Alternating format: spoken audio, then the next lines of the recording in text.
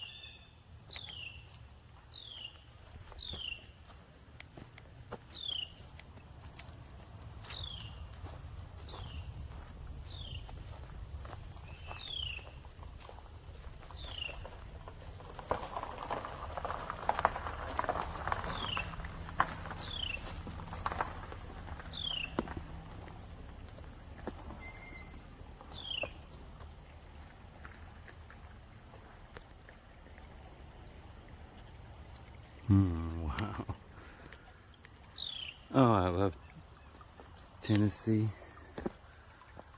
Wow. So cool down here. It's hot out today, but it's cool down here by the opening. It's like a huge air conditioner. Just like cool. Actually cold down here. That's cool.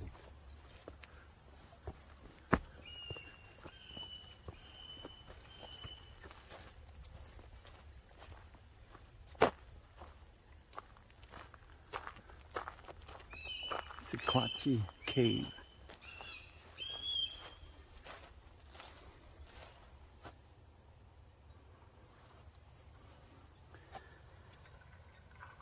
The most scenic and unique places from Mississippi to the gorges and the mountain slopes of East Tennessee. Breathtaking.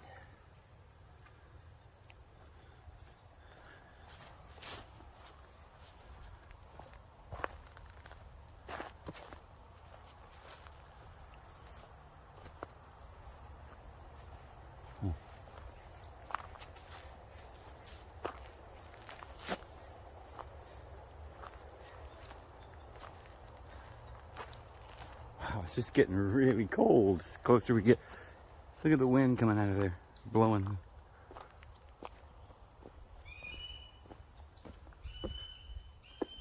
Wow.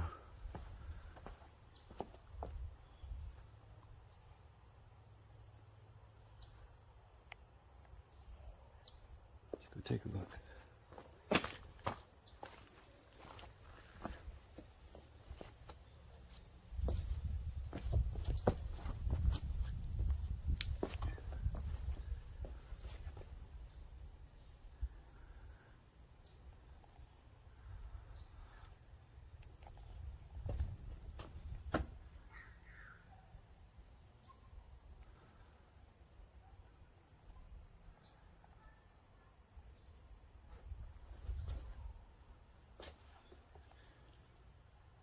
Hmm.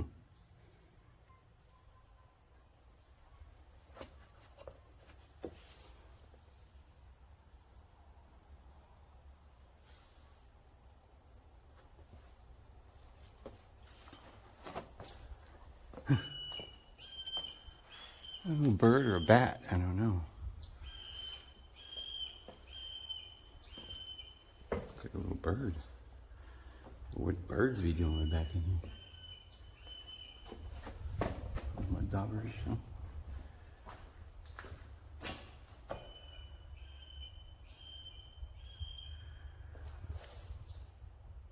Whoa. Yeah. Pretty cool.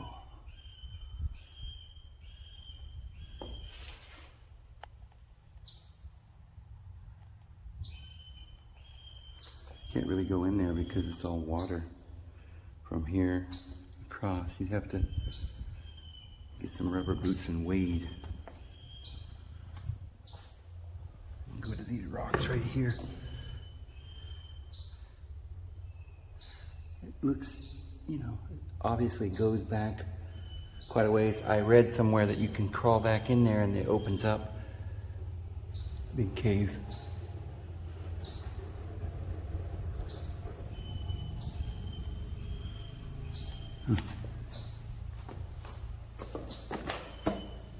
Let's see what else we got here to look at.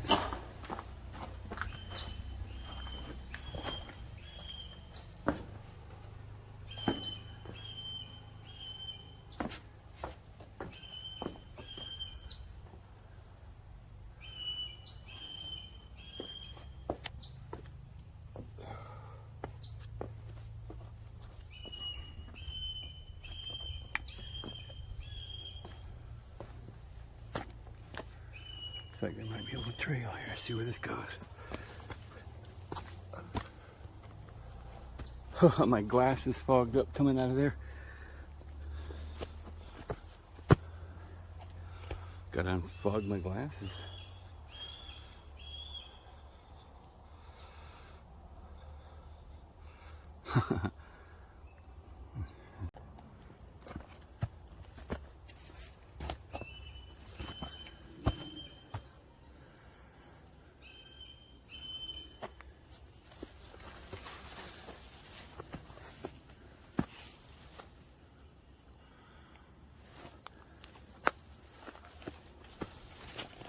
Yeah, I've decided I really like Tennessee, northern Georgia, Alabama. I don't know, I haven't been up through, Virginia and on up. I plan on going to take a look. See if it's even prettier over there, who knows. But I sure do like it here.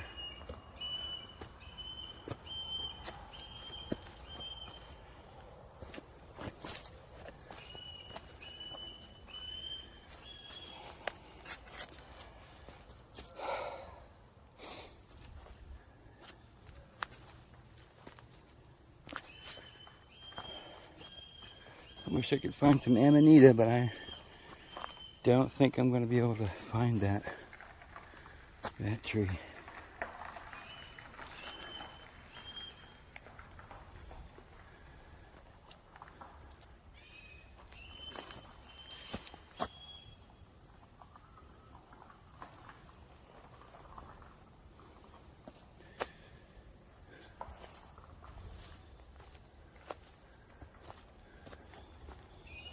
Huh. It's a pawpaw tree?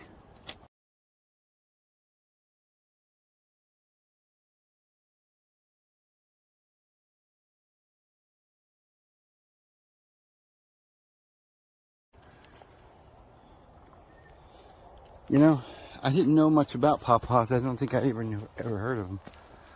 They grow all over the Appalachians down the East Coast and, all through the eastern part of the United States, but they're like some kind of an exotic fruit that grows. Maybe they're like figs a little bit, but I don't know. I don't think they taste like figs. I've never tasted one, but I want to. They're everywhere. There's just, all this fruit growing everywhere and nobody's ever heard of it. What's a pawpaw? I don't know. But they're dang sure good. That's what they're saying. Some sort of a tropical fruit growing in the woods here. I think more up northern areas, but they grow all the way down through the Appalachians and Smoky Mountains. All the way down through Alabama.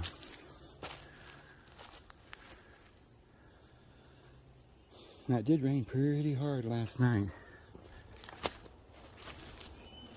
I think it takes a few days to trigger the mycelium.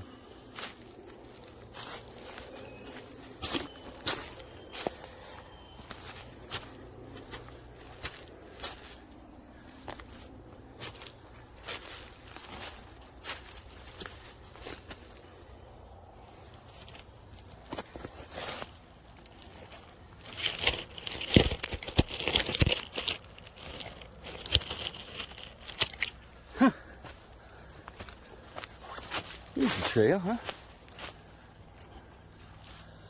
Found the trail. Somebody's been up here just throwing soda cans all over the ground.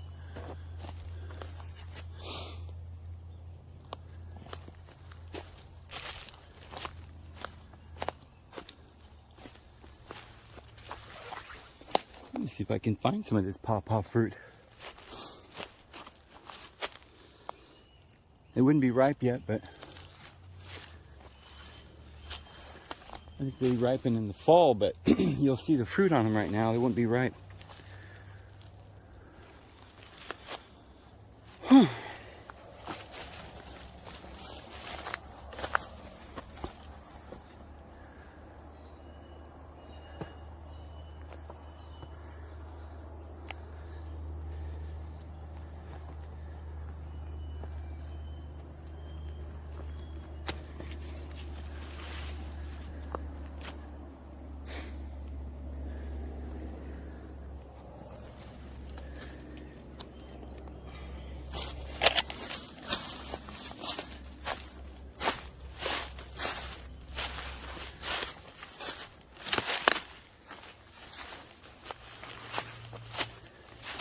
Ouch! That hurt.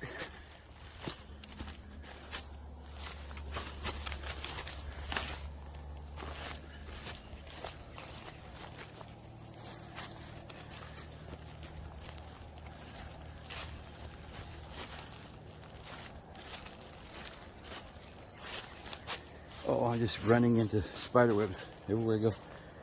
I like to get a stick. Do that in front of me.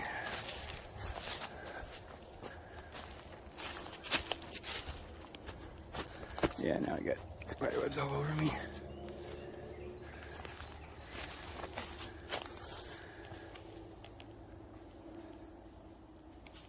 Deer. I don't know if you saw that deer, guys, but there's a big deer right there.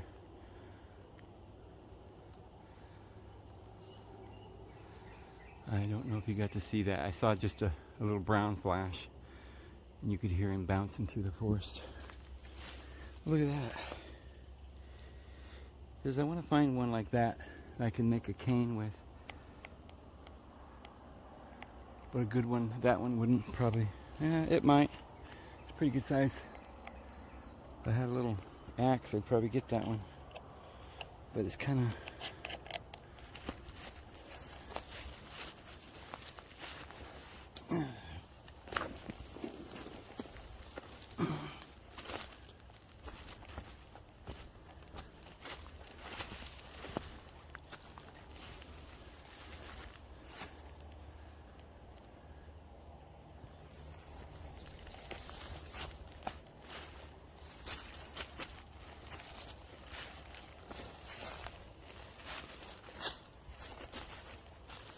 A lot of these mushrooms are under the leaves. They don't even poke their head up out of the leaves.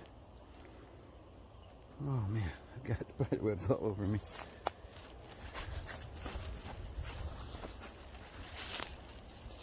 Here we go.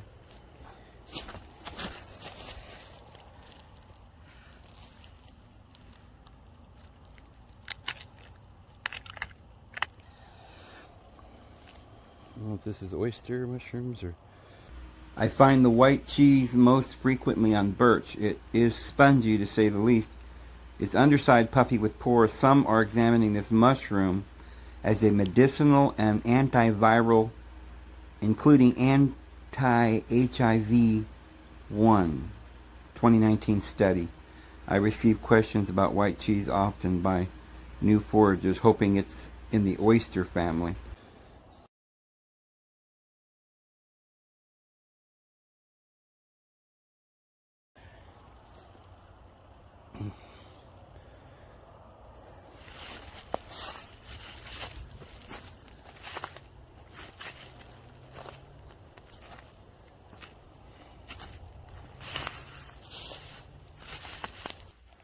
I might see one there. What is that? Probably a leaf, huh?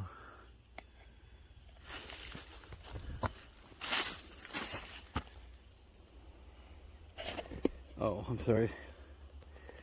Had this zoomed in. They're out.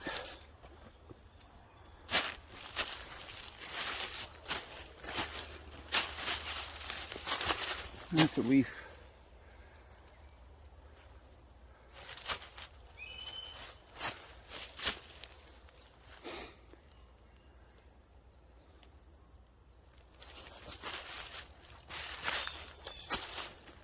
And there's a lot more mushrooms than what we see. Oh, and look at that. That's where you find mushrooms, where the little guys hide out. Hey, guy. Hey, little buddy.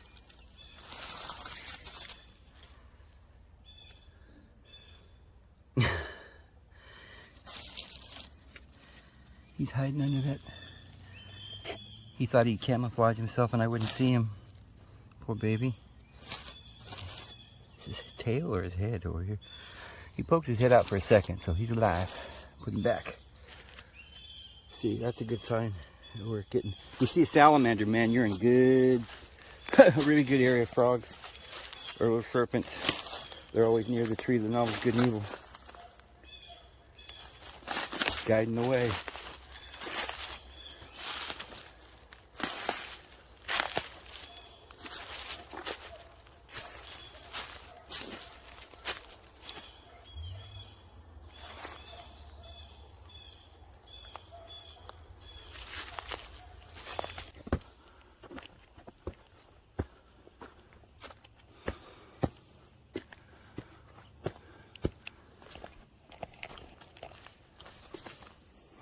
Thinking maybe this trail would go over to that big tree I was looking at.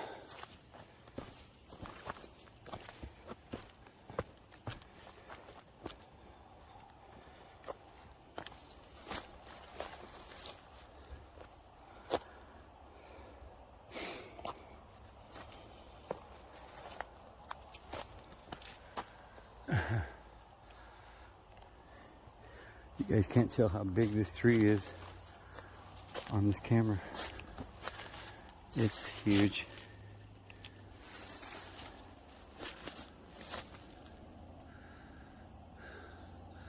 I think the tree I was looking at was over there though.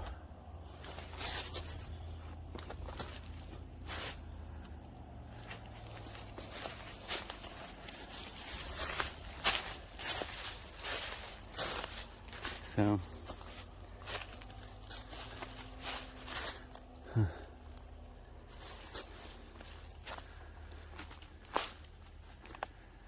yeah, I don't think I want to wander through that brush. I got something stinging me. I don't know what it is. I keep looking and it's nothing there.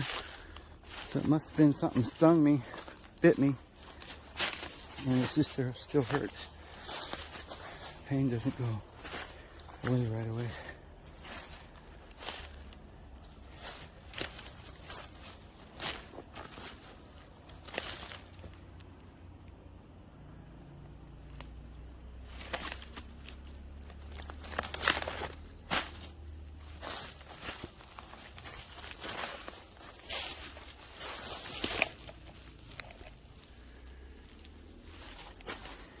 Another fork.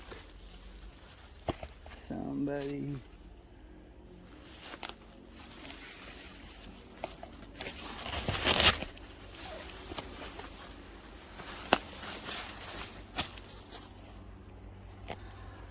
Oh.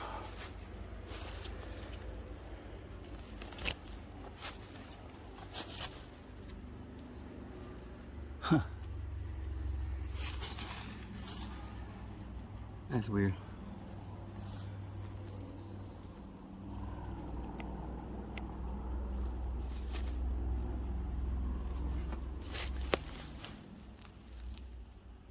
Oh, okay, dokie, Smokey. Those big old pom-poms.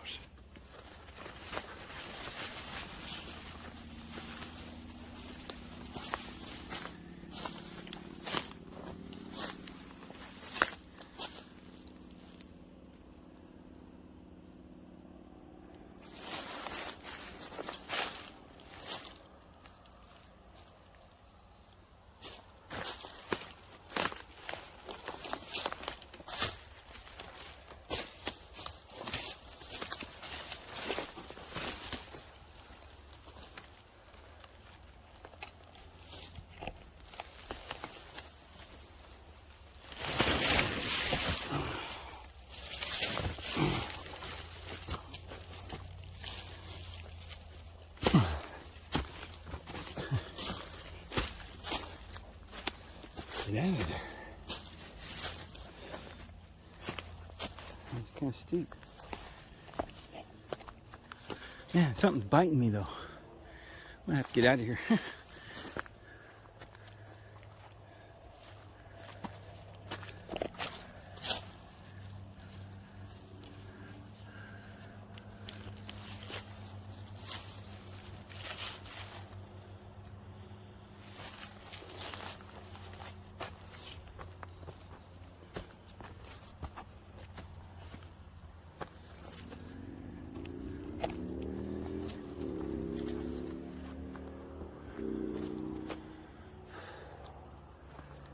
Yeah, I thought maybe I'd go around over there, but I guess not.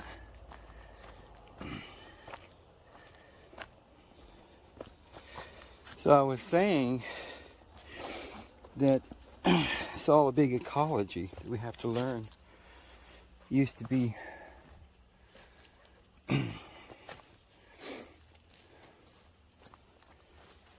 worse than it is now. They always told everybody for thousands of years that all the herbs and the food out that you see in the wild is poison. And they convinced everybody for thousands of years not to ever eat food that grows on the ground, especially mushrooms, or any plant that they didn't know anything about. And they never told them about any plants like ayahuasca or anything. Now the leaders of like the priests, they knew about it. They were never allowed to tell the people. It was always a holy, sacred secret, because anybody found out about it, and they'd kill them, you know, rather than let the secret out of eternal life. So, I mean, it was worse. And I like I said, there might be some sincere people that honestly thought they were poisoned and were doing their duty to tell everybody, but I think most of them are in on it. Totally in on it.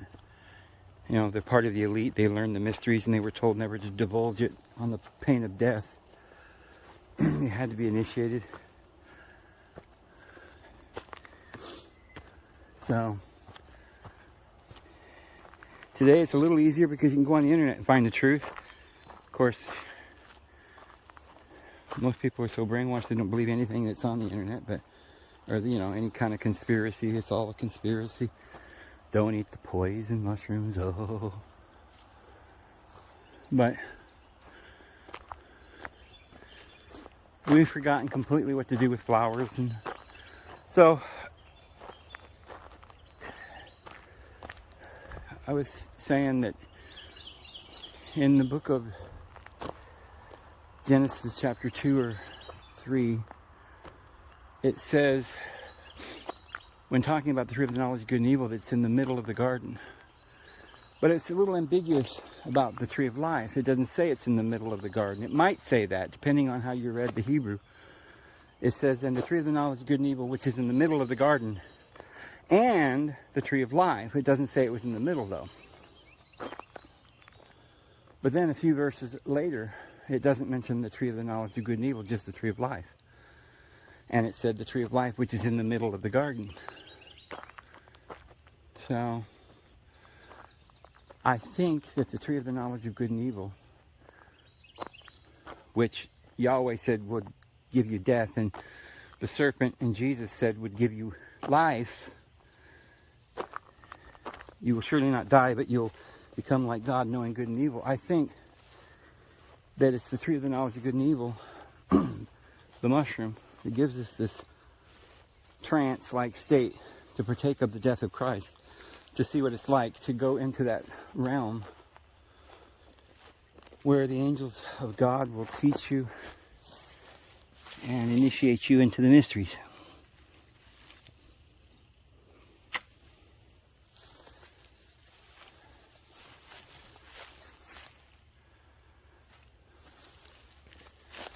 And when you come back, you'll have no fear of death. You'll know who you are.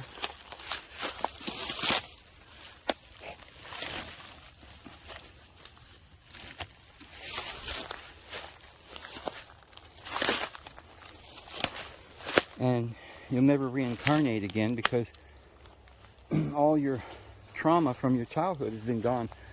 Pre-life trauma, as well as memories and trauma that you may have had from the time you were born till about 5 or 6 years old.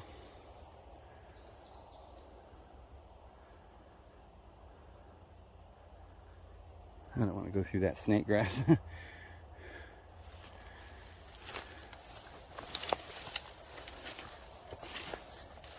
and like I said, pre-existing trauma, and it just takes it away.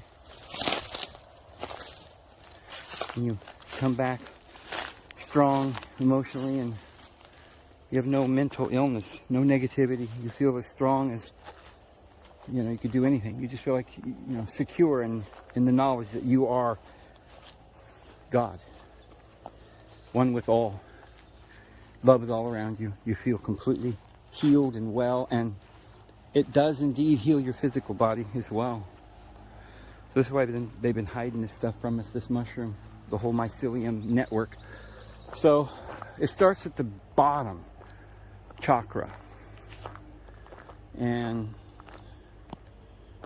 that's on Earth. The representation of that would be the marshes where the Nile River would flood every year, and water would go up into around the edges of the river, and into the little draws, and then the water would go down. It would leave these little marshes up in there. Water would kind of become stagnant, and it's a very, we're at the bottom, the lowest point in the universe, basically, at the Dead Sea, the stagnant water, and out comes this little lily, this beautiful flower, perfect symmetry. Perfect symmetry.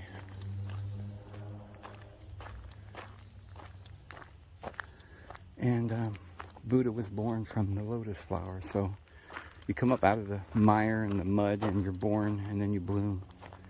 And then from there, the little creek, you follow it up, you see all the little mints and along the banks and so forth. You'll also find cannabis as you go, and you come to the Elysian fields, and you'll see all the wheat, the barley, and the grass growing in the fields, and along with them you find daffodils and certain flowers that receive that holy, sacred substance that comes from the mycelium that's still going, the whole ecological system, all up the mountain, all the way up the mountain. And at this point, it's causing the wheat to have ergo and fungus, so that when you make wheat naturally, just knead the dough with milk and a little bit of sugar and some butter and certain ingredients that they would have, and then let it sit for a while until you cover it so no other foreign bacteria gets in. And that mushroom that's growing on the rye and the barley and the wheat will eventually kick off and start fermenting, and you end up with a hallucinatory bread, which is what bread was supposed to be. It wouldn't be real, severely, it's not like you're going to make LSD, but you're going to make bread that gives you a feeling of life and empowerment. And you'll eat that every day, and you keep going up through the fields and to the meadows and up to the higher plateaus. You get to the rhododendrons, and you get grapes and the orchards, and you get to the base of the mountain under the cedar trees. You get the mushroom, the Amanita muscaria, which is beneath the cedar and the birch in the mountains. And at the top of the mountain, and at the top of the tree, is the pine cone. It's a big, complete ecological system. And it's all feeding each other.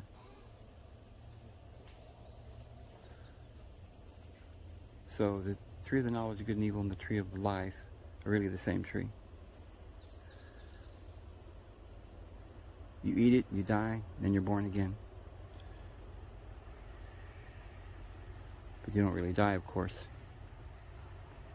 You just go into a trance, and your spirit goes out of its body, like Paul did when he heard the words of the mystery that most people would never be able to find out, but he was initiated. He heard those unspeakable words, it's not lawful to speak. And then he said he went out of his body and into paradise. And what do you suppose he went to do in paradise? Get the tree of life. It's in heaven. You got to get the tree of life from the middle of the garden in You know, one of them is under the ground, and the other one is in a different dimension. It's where it takes you, within. And you need all of your chakras opened.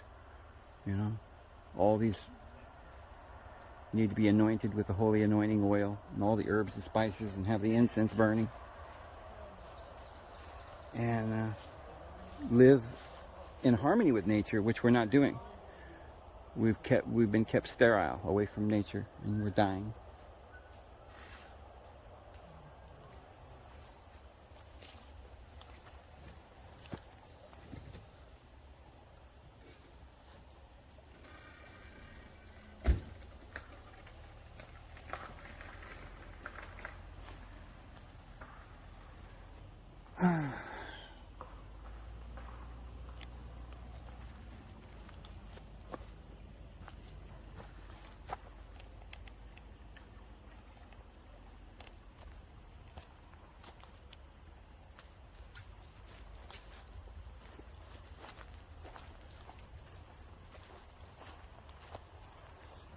Just about ready to head on out.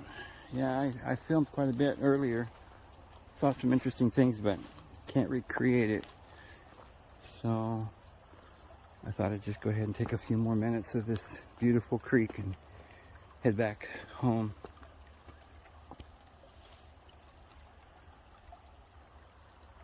Even this little place here was beautiful. I wonder what that is over there.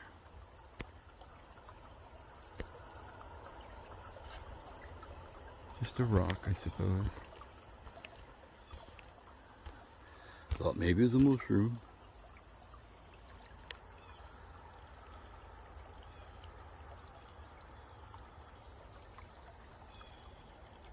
So cool.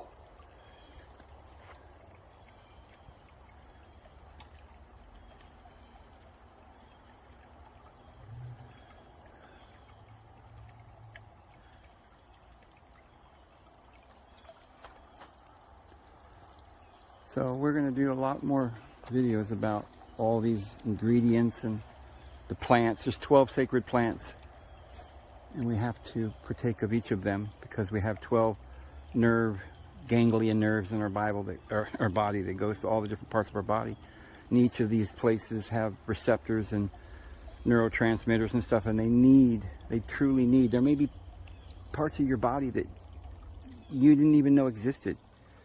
Certain, maybe you can function physically, you can breathe, your heart beats, but you feel like crap because there's other parts of your makeup. It's like you have taste and smell and hearing, and they're different. You couldn't compare them. And if you say, well, I see, so therefore I must hear. You see, but you're not hearing, and if you don't hear, you're missing out. Ooh, pooped right in the river there. Well, you're environmentally unfriendly, aren't you?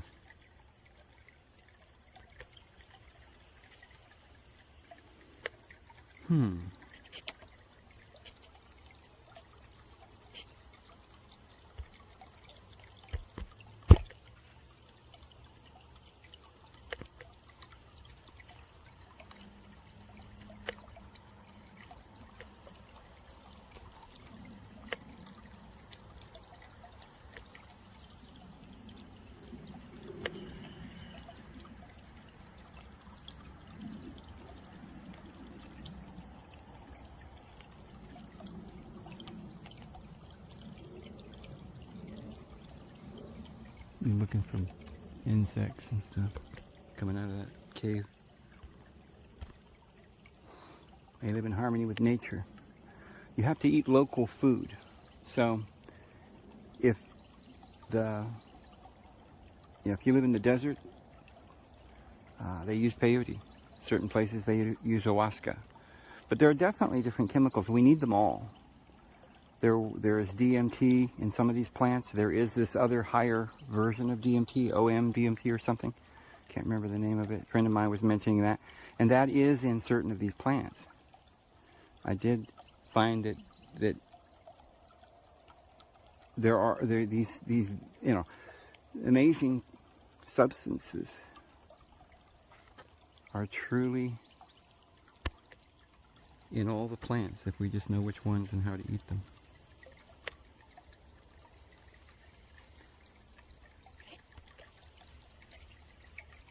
A robin. I haven't seen a robin for a while.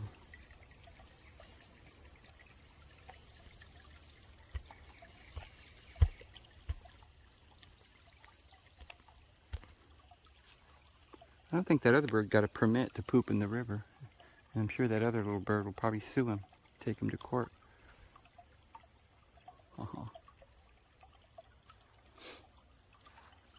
But it's funny how today, if you look at old people, old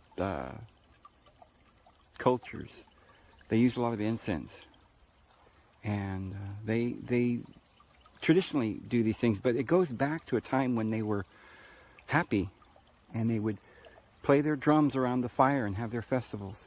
Every new moon, they'd partake of certain plants that would give them life and understanding, and a child would get to be a certain age, they would initiate him into these mysteries, and all of that's been lost. And mankind is atheistic, agnostic, dying, sick, scared, and living like a dog in a cage with so much anxiousness, and we're being tortured. But we're being trained not to complain and to always defend our torturers. Defend those that are robbing us blind. Make excuses for the system. Well, at least we got cars, Dave. We've got running water. What else do you want? Things have never been better. Yeah, but I haven't seen my father in 30 years. Or my family.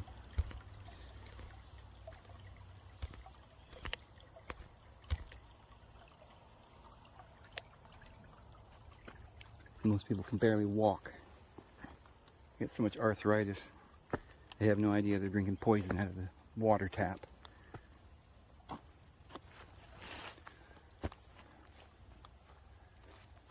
Amazing to me. So I looked up that mushroom we found. It's a white cheese polypore, and it says commonly on dead hardwood. I find the white cheese most frequently on birch. It is spongy, to say the least. Its underside puffy with pores. Some are examining this mushroom as a medicinal and antiviral, including anti-HIV 2019 study. I receive questions about white cheese often by new foragers, hoping it's in the oyster family. So it's not an oyster mushroom, but it's a polypore, and some of the polypores are edible. I've looked up some of the polypores that look like the one I have, sort of, that are considered even medicinal or hallucinogenic. They used them in ancient rites, Native Americans and stuff. It says these are bitter and unpalatable. The consistency feels exactly like cheese, though. So I guess the only reason they're not to be eaten is they're bitter and unpalatable. But you see, whenever I hear that, I think, probably a medicine. And what I'm finding out is this builds the immune system. I had read another article where this particular mushroom is something they say can completely rebuild your immune system. I mean, even HIV, I guess, apparently. But it just goes in and completely balances your gut bacteria and restores your immunity to poisons and viruses and bacterias and keeps you healthy. It says under chemistry, cultures of the fungus have been shown to contain a sesquiterpene with anti-HIV activity in laboratory experiments. has long been known that the birch polypore has medicinal uses. It has been used for a tonic for the immune system, as an antiseptic to clean wounds and promote healing, a plaster that is microporous, antifungal, and antiseptic, probably was used by the Bronze Age man to get rid of parasitic worms. In 1991, Austrian hiker in the Tyrol region of the Italian Alps discovered a frozen corpse. When this was later examined, it turned out to be a 5,300-year-old mummy that they named Otzi. Otzi had some birch polypore on a leather thong around his neck. He also had a parasitic intestinal worm called a whipworm, which can be cured with polyporinic acid, which is one of the chemicals present in the birch polypore. Another possible use of the fungi, or the fungus, by Bronze Age man was a very good tinder. So they used to start fires with it. So it says it's antiviral, extracts from the birch polypore block reproduction of HIV cells, attacked and incapacitated encephalitis infections, and has proven positive in treating the flu, yellow fever, and the West Nile flu. Very interesting, friends. Very interesting. You see, we've got the cures all out there, and we've known about this for a long time, but they're hiding this stuff from us. It's an antibiotic. The birch polypore contains the antibiotic piptamine, which has been used to treat E. coli. Anti-inflammatory. There are several triterpene acids present, and these are known anti-inflammatories. Anti-tumor, betulinic acid, and other chemicals in the fungi have been shown to cause apoptosis, the destruction of cancer cells, while not affecting healthy cells. So, you can either take this mushroom, or you can go have chemotherapy. I don't know, but I think I'll take the mushroom. Antiseptic for cleaning wounds and being an aid to healing. Antifungal. This mushroom does not like to share its habitat with other mushrooms and contains some powerful antifungal. Styptic. The fungus has styptic properties. It staunches bleeding. The mushroom has very beneficial effects on the immune system.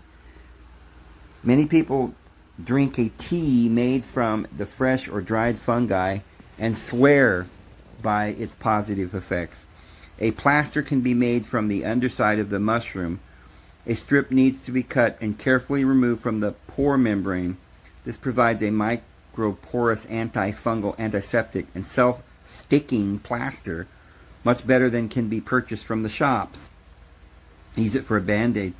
A corn or a blister plaster can be easily fashioned from the flesh of the mushroom by cutting some flesh into a donut shape of the right size and applying it to the corn or the blister. The common name razor strop fungus comes from the use in old barber shops of cutting a strip from the underside of the fungus, drying it and sticking it to a piece of flat wood. This was used to give the final finish to cut throat razors that barbers use. I'm not sure if they were aware of the fact that in doing so they were giving their blades an antiseptic, antifungal, and styptic wipe.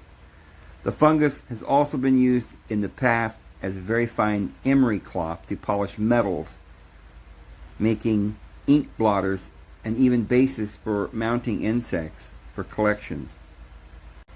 Wow, very interesting, guys. Well, Mother Nature is just amazing. I'm going to go ahead and go, guys. We'll see you tomorrow. Have a good one.